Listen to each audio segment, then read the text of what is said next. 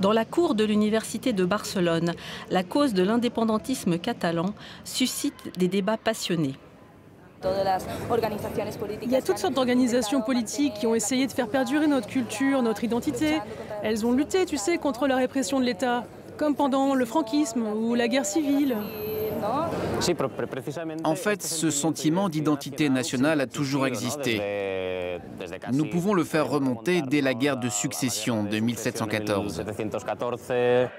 Le 11 septembre, les Catalans célèbrent leur fête nationale, la Diada.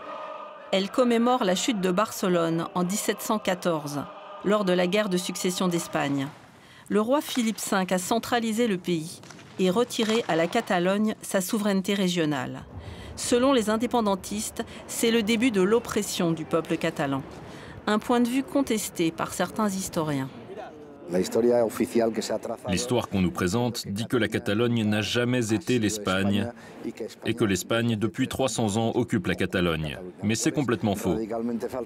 D'un point de vue historique, cela n'a aucun fondement. Au contraire, il y avait une tradition dans le catalanisme politique de participer au gouvernement comme ministre sous la monarchie et ensuite sous la République. Le 19e siècle verra la montée d'un nationalisme virulent. Mais en 1932, avec la Deuxième République, l'Espagne vote un statut d'autonomie qui donne aux Catalans leur propre parlement. La guerre civile qui oppose les républicains espagnols aux généraux franquistes va bouleverser la donne. Quand la guerre commence, la vision du catalanisme, du nationalisme catalan de gauche, c'est que si la République l'emporte, l'Espagne deviendra une fédération ou une confédération. Et dans cette confédération, Barcelone et la Catalogne auraient un statut équivalent à Madrid et à la Castille. Et c'est leur souhait, car le catalanisme est fédéraliste. Mais si la Catalogne résiste au général Franco et reste dans le camp républicain jusqu'en 1939, l'unité des nationalistes éclate. Pendant la guerre civile, la particularité du nationalisme catalan, c'est qu'il se divise en deux blocs bien distincts. D'un côté, les conservateurs et les catholiques, qui font partie de l'élite industrielle, de la bourgeoisie, qui va soutenir Franco. Ils ne le feront pas par conviction idéologique, mais parce qu'ils sont persécutés par les révolutionnaires anarchistes en Catalogne. Il y a eu près de 8000 personnes assassinées, notamment des religieux. De l'autre, le seul catalanisme qui perdurera en Catalogne pendant la guerre civile, c'est celui de gauche, la gauche modérée et démocratique de l'Esquerra Republicana, un parti qui existe toujours aujourd'hui. Après la victoire de Franco, la langue et la culture catalane sont écrasées pendant 40 ans de dictature. À sa mort, une nouvelle constitution est votée en 1978.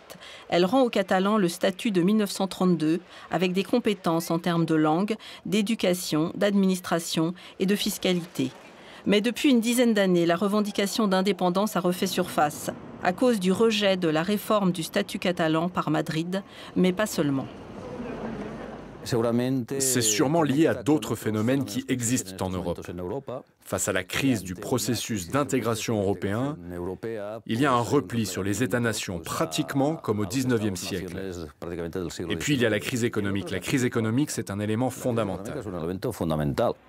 Cette crise a donné de la force à la colère des indépendantistes, qui estiment que la Catalogne se porterait mieux hors de l'Espagne. Une fracture profonde dans la société catalane. La visita em parlava de bon matí al portal mentre el sol esperava